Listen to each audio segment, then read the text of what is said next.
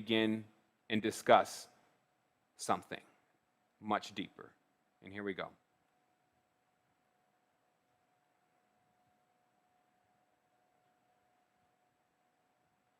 And again, today's show is going to be a little bit slowed down because I am using new stuff. And also, we didn't really put things in a specific order, but it is based on the message.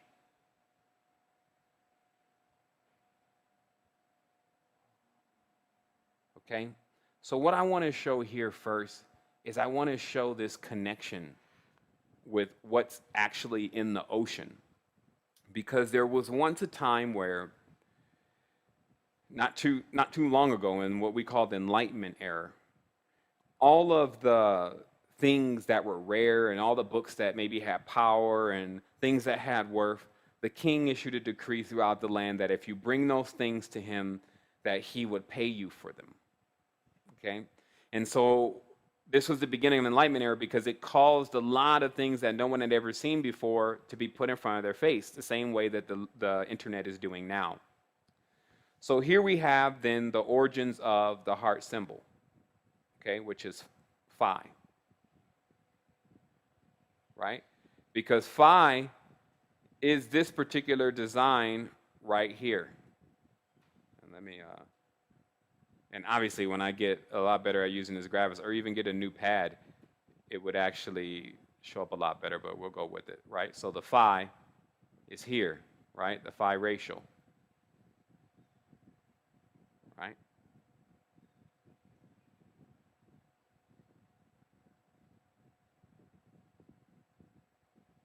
Okay? And some more arguing, they'll be like, oh, that's fine, because, you know, they're both related. That's why they're both encoded into the pyramid. But, you know, a lot of people just argue down about these two, but they're related. Just know that, so you don't have to be a mathematician today. And then you look at the heart, which, of course, means love. And you get why. Because when your heart is broke, this means that your loved one loved one is here, obviously, another loved one is here. When they come together, right, they create. So 2 5s, 5, because I told you how phi was related to 5. 5 plus 5 equals 10.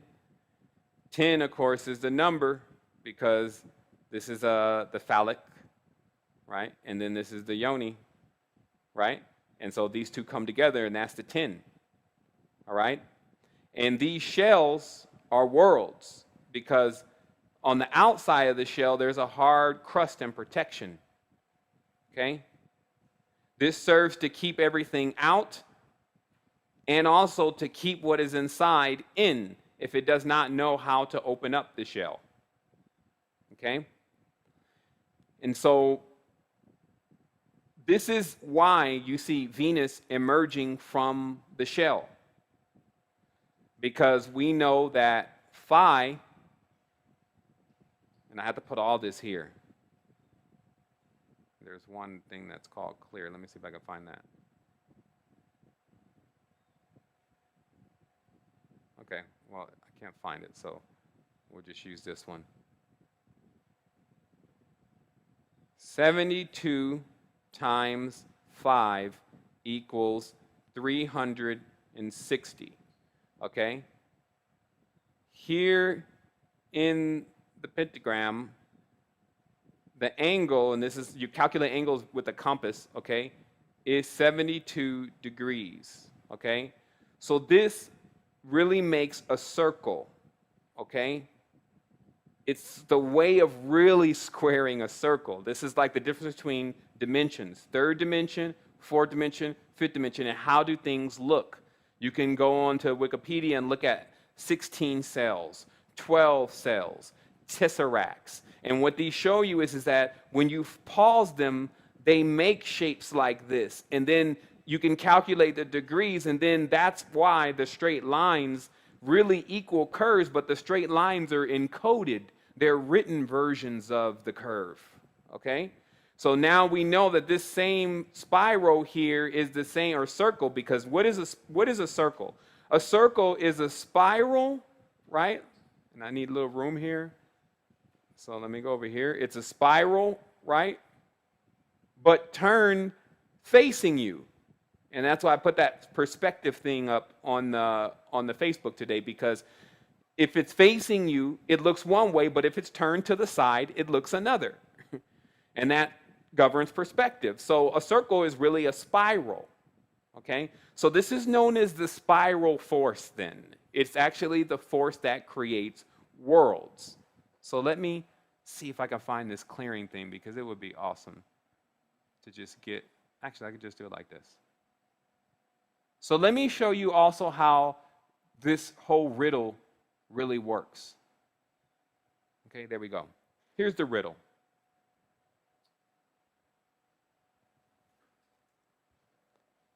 They call it casting. What's going on here? Definitely need to give me a new pad. Okay? Casting spells. This is a riddle. I'm going to show you how today there are so many riddles within what we think is evil and dark, and because that's where they hide it. They hide it behind some monster, the truth. It's the same thing. They said, oh, we put the cherubim around the garden to guard the garden so that no other human being could enter back into the garden lest they eat from the tree of life, right? So this means that if you ever were getting close to the tree of life, then there would be something awful and terrible and ugly and evil and crazy and killing and all this kind of stuff right before you get to it. And that would serve to protect it. Because if you couldn't get through that, then you can't get to it. So let me show you how it really is. Casting, what is a cast? Right? Some people know a cast is a thing you put on your arm when your arm is broken, right? Right? Cast. Right?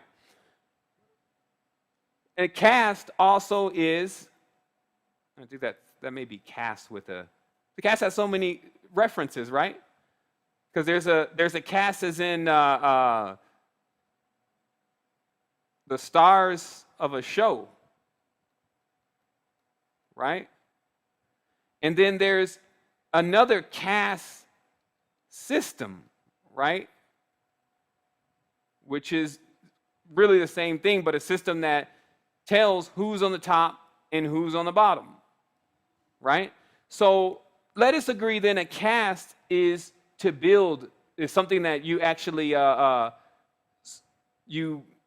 can I put it? You put around something to stiffen it, okay? Like a casket, right? Okay?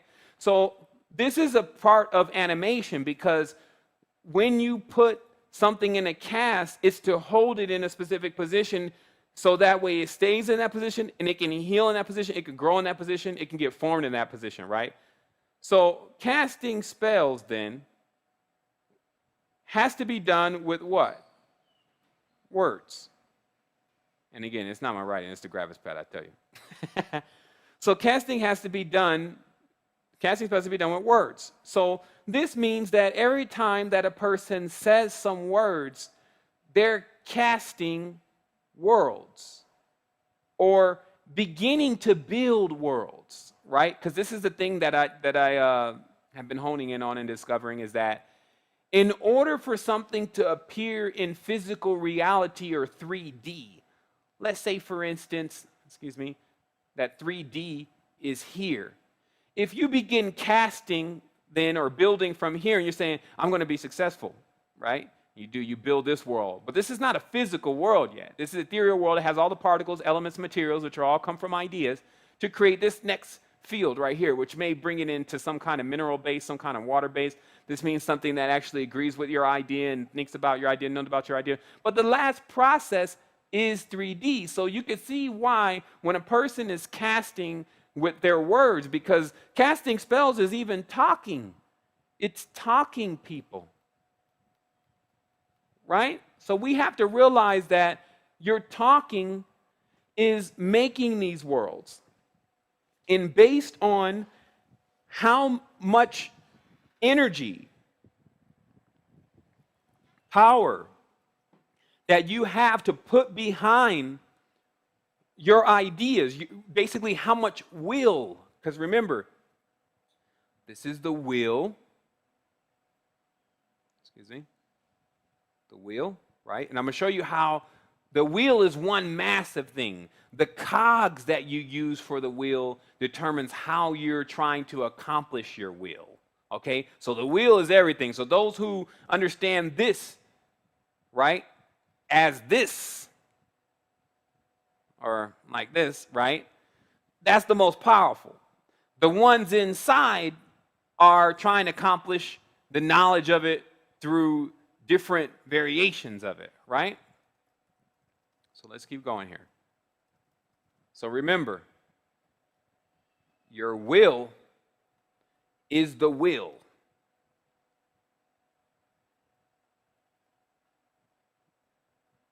And like I said today, guys, everyone, if I do misspell something, it's only because all these words, they just mesh together for me in a different kind of way. But the wheel, okay, the wheel does what? It rotates, right?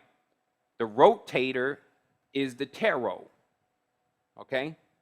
It's the same word. That's why they say, oh, this is a code. If you look in the alchemy books, rota is the code.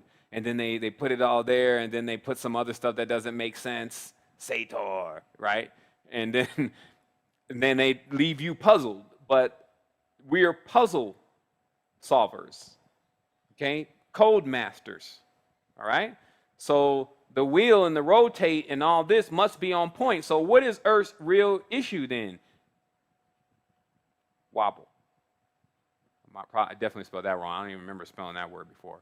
Wobble, right? So Earth has this wobble that allows its will to be kind of broken, okay? Because why? Earth is suffering from a broken heart, okay?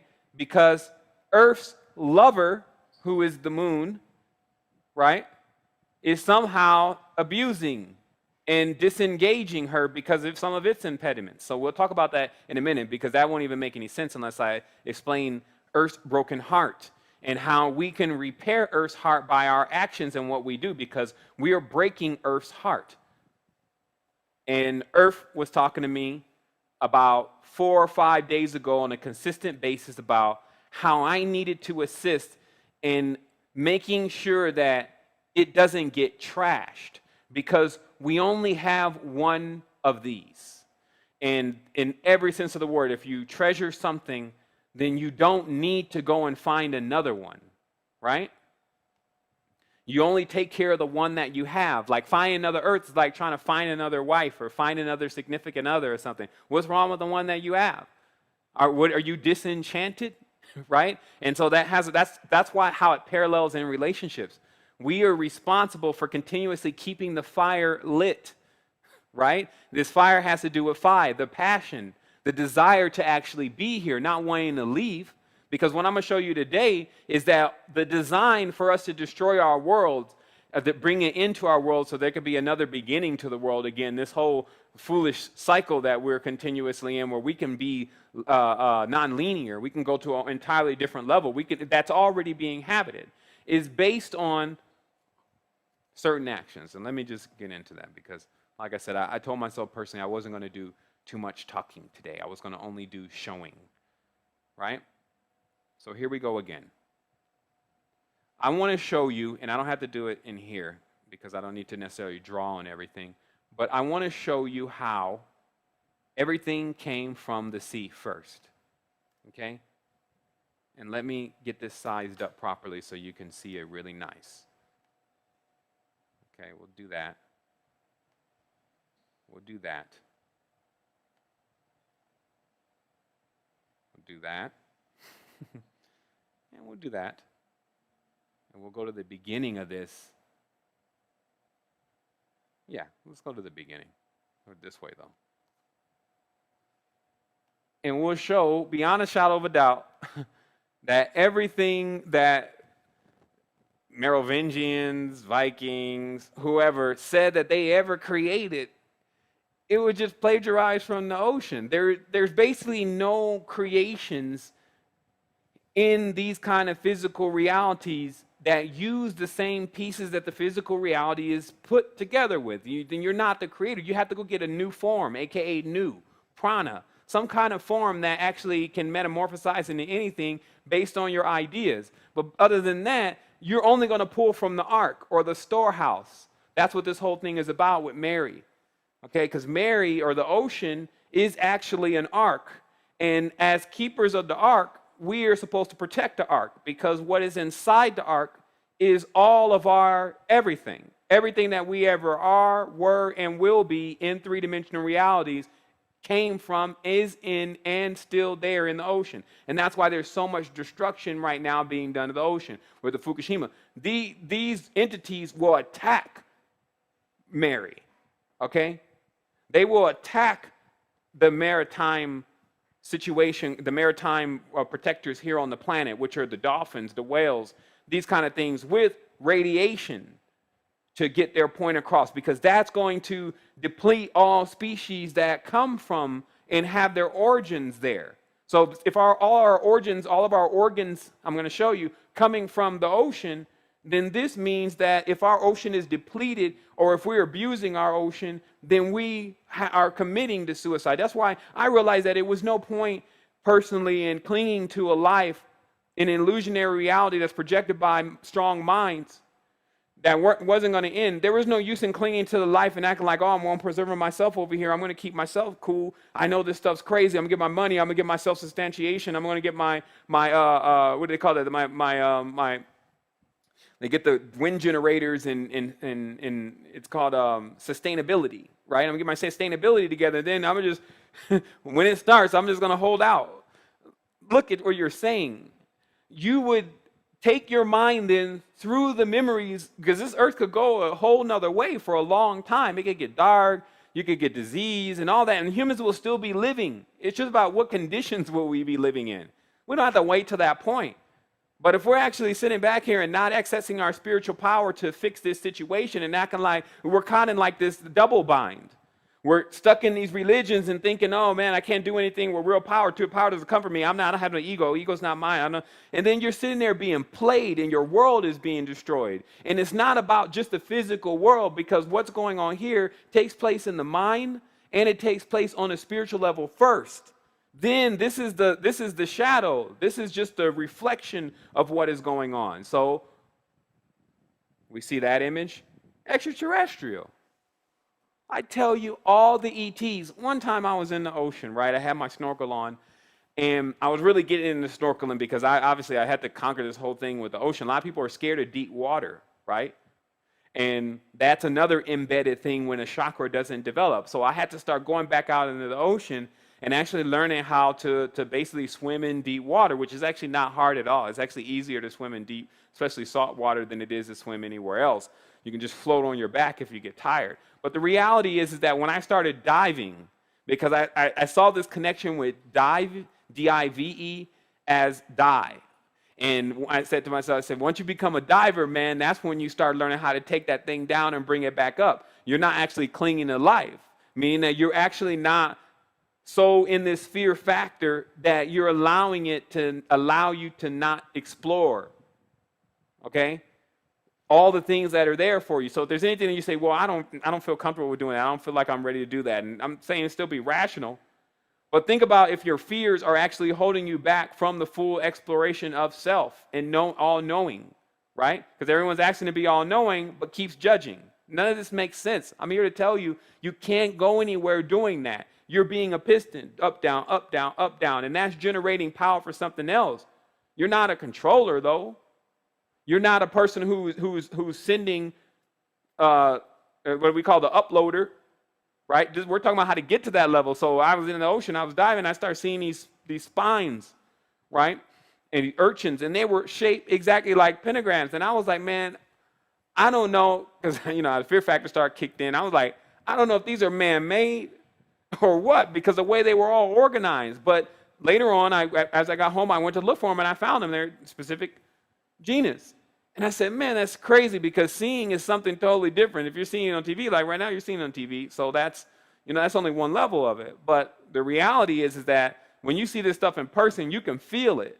And it feels otherworldly. So what I'm telling you is that the entire concept of extraterrestrials has come from the ocean, and they're still there. Many of them are being attacked by us because of our actions of not only eating them or eating the things that are in their realm arena, that's their world. It's like somebody coming in our world and eating our world, right?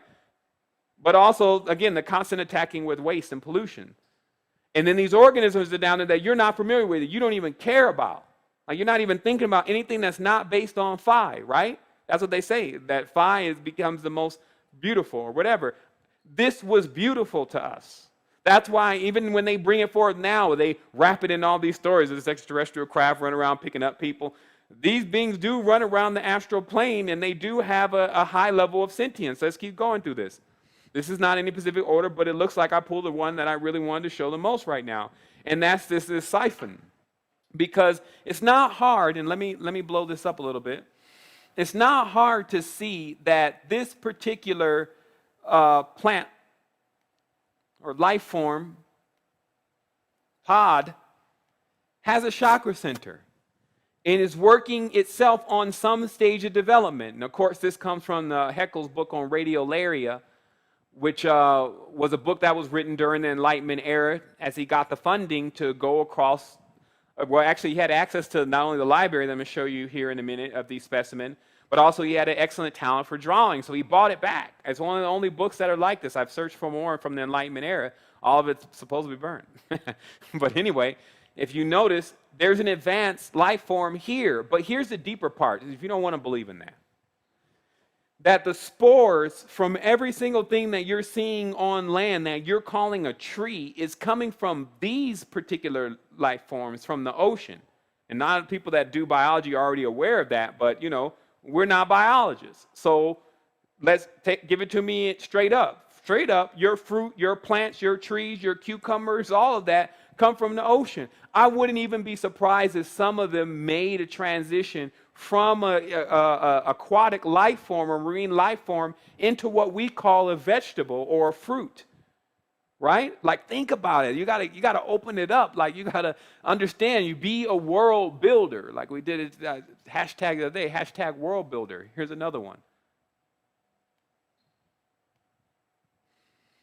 This is what I believe to be the incubators of our organs, in our cavities, in our structure, and because when you look at the body, it does bear, with the esophagus and all these different areas and wishbone and all this, it does bear certain resemblance to this geometry. But even deeper than that, if you understand that there was an organism that was actually living inside of this, you need to ask yourself, was that organism possibly our organs?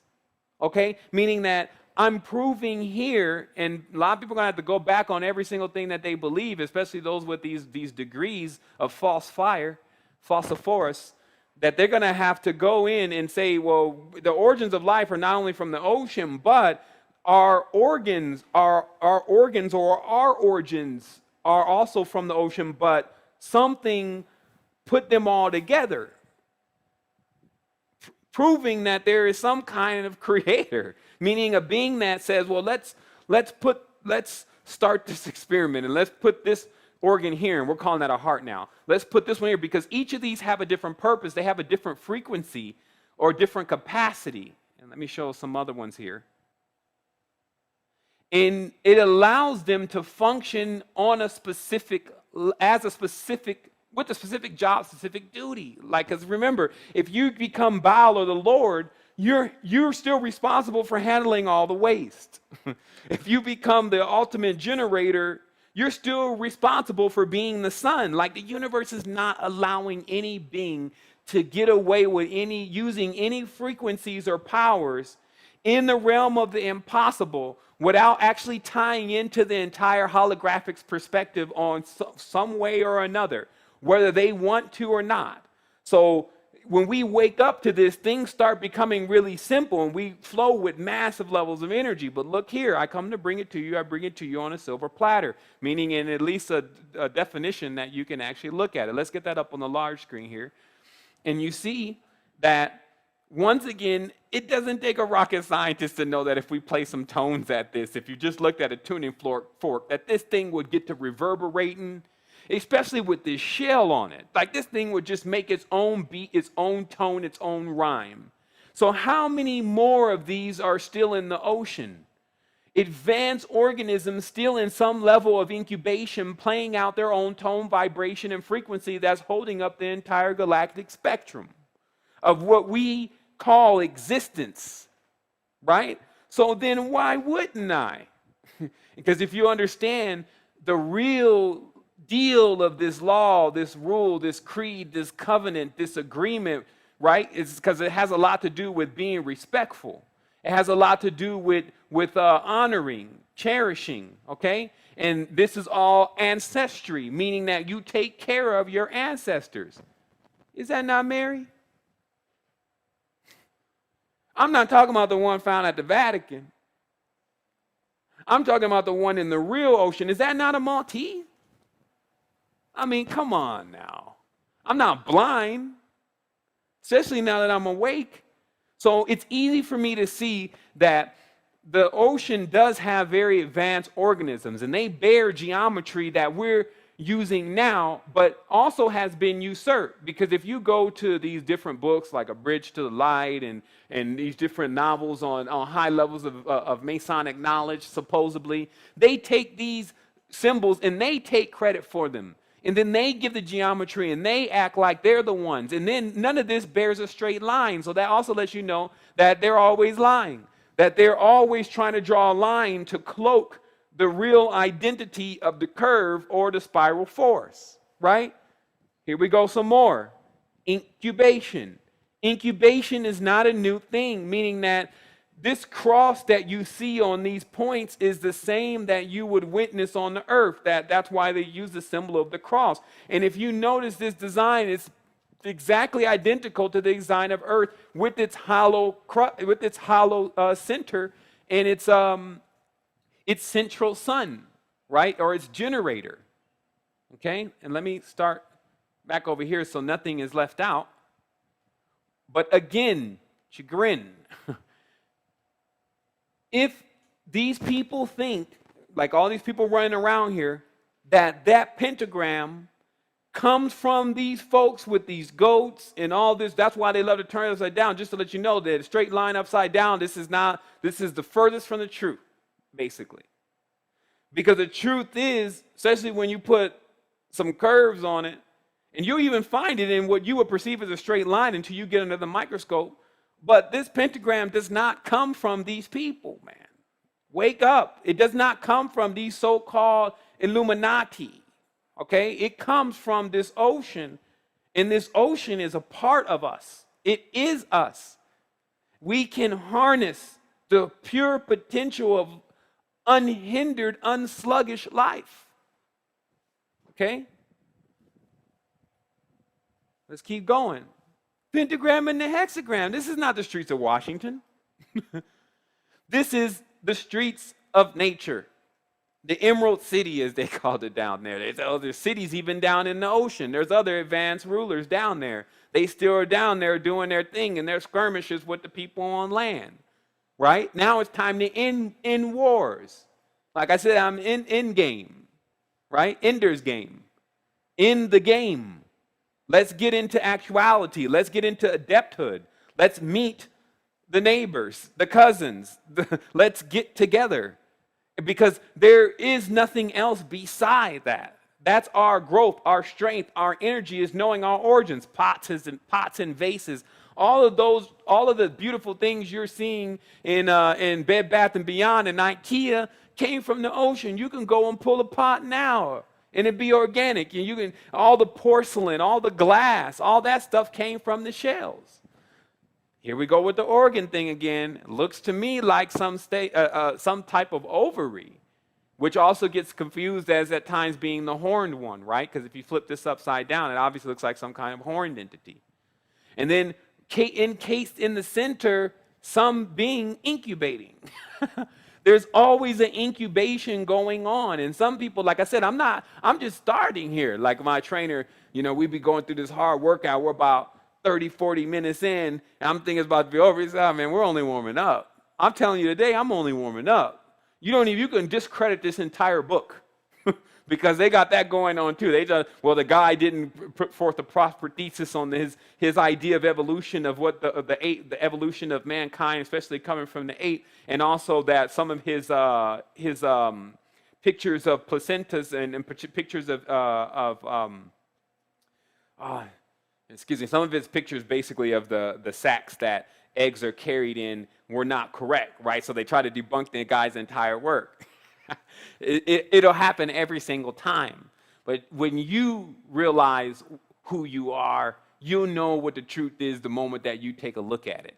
Because then you'll figure out in the guy's story that right when he was almost done with his work, he was approached by the Nazis. Like, read it. The Nazi party had just kicked up and wanted to use his knowledge as a form and a thesis to prove that the black man was inferior to the white man and that they had descended from apes. And so he was threatened and made to put forth this book that brought credit to that, and that ended his career. Look at it. Haeckel, Ernest Haeckel. But he didn't still not leave his foot into it by putting together the entire book that was necessary for an individual like me to come later years and years, hundreds of years later, I guess it's been about 100, 150 years, and show everyone that the origins were there, right? That Attila the Hun, the Mongols, all of them stole the helmet. Well, they didn't steal it because they even knew where it was. For all we know, they may have been protectors of some part of the ocean where these particular geometries are in some level of engagement with one another, right? Because it's still that conflict does generate energy. It's just about when are you going to be the supreme being watching it rather than the imp participating in it. You see what I mean? Like, emancipate your state of mind, but still see that, look, there's the Huns. Here we go again. There's some more, the horde, right? You can't, and that's the horde. I'm telling you, I know when they run across the dimension, it's not hard to tell, but that's the mask. All right? So same thing here, the complex geometry. I showed that on the post that I put together on the site about, contributions and things. But you see the radiolaria, and you see the actual geometry. You see the cube. You see the incubation. You see the entire spectrum, and you even see the spores. So that's all that's really needed for life. Life is very complex if we make it that way. But once you have everything present, then you're looking at a world whether you can see it or not. So the reality is that do we see the world in each other anymore? Like such an advanced being debased all the time and thinking that it's nothing, thinking that it's not supreme when these things amaze you, but I'm telling you that this is inside of you. You're actually when all of this even came together, right? Here again, this geometry, and I can't stress it enough, does not come from these ancient teaching mystery schools first. They adopted the knowledge from the ocean, which the original ones learned their knowledge from also. That was their mother, Mary. So they learned their knowledge from their mother. It's kind of easy to see, but you got to drop the program. Because some people even try to take this and then still run back up into the church, still run back up into the temple. And, oh, now I see, holy ones, what you're talking about. Man, no, they're not talking about that. If they were talking about it, all they got to do is sit there and bring it to you just like this and say, look, son, daughter, sister, brother, we are from here. This is where our origins are from. This is where this came from. And still have the specimens. Why? Because look. See? Look. Some people say, I think you always take a certain perspective of things and that perspective is not correct. Okay, so why am I all fired up? It's because of this. Let me see how I can get some large screen going on here. Should add this over this cover. Where's my full screen at? Anyway, I'll just open this up a little bit more. But look, the only thing missing from here is your grandma and your granddad. Maybe some people on the line, their grandma and granddad is actually there, and they still didn't get the knowledge. So once again, from the Enlightenment era, you will find all of the objects that would give you deeper levels of knowledge were stored. Okay, here's another one. Let me blow that up.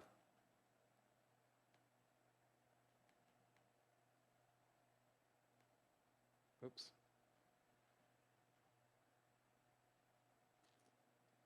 Yeah, we're going to get a better picture viewer next show, just so you know.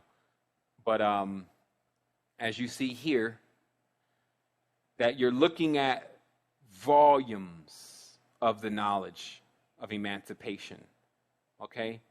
You're looking at the species, not necessarily having, the species don't have to be taken apart like this to comprehend them, but so you realize that someone took all of the species one by one, stuff you'll never see again, stuff that's extinct, gave it names, charted it out, mapped it out, figured out what family that it was from, figured it out its connection to you.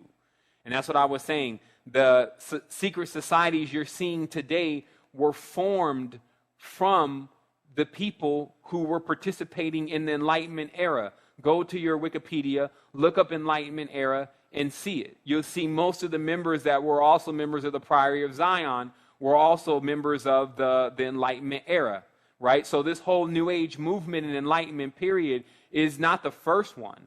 This is actually, there's many of them.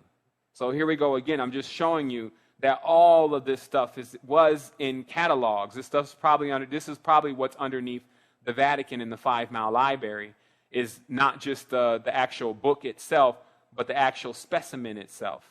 Here we go again. You know, some people think that they're balling today. Lording today. They're not balling. You're not a ball.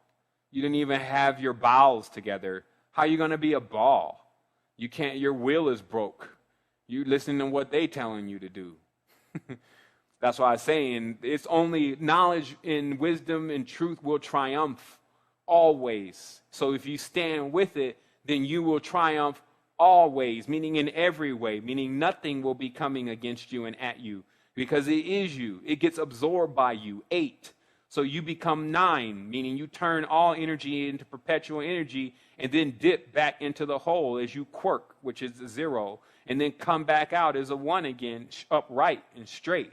You see, and then as you divide yourself again, this is all about you plunging into wombs, okay? Like a man and a woman, like a woman is a receiver and then the male is the giver, right? But these are only 2 diametric oppositions to house spiritual souls. So you can come in as a man or come in as a woman and then keep looping back around over and over again. Next thing you know, you can even be holding your own self in your hands.